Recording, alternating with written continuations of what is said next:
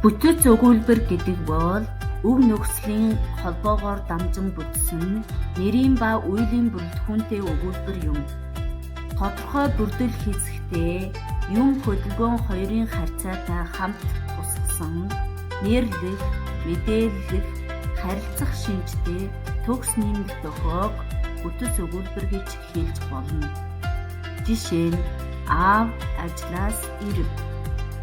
Бүтэц өгүүлбэр өөрөө үеийн эзэн үйл хөдлөлөөс бүтдэг өгүүлбэр учраас тухайн мэдээллийг бүрэн дамжуулах үүрэгтэй өгүүлбэр юм. Энэ юу гэсэн үг вэ гэхлээр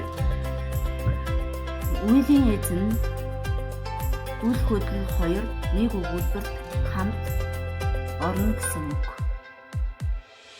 Аав ажлаас ирэв гэдэг жишээн дээр үеийн эзэн аав ажлаас ирсэн үйл хөдлөлийг хийсэн учраас энэ мэдээлэл төгс дохио болж байгаа юм.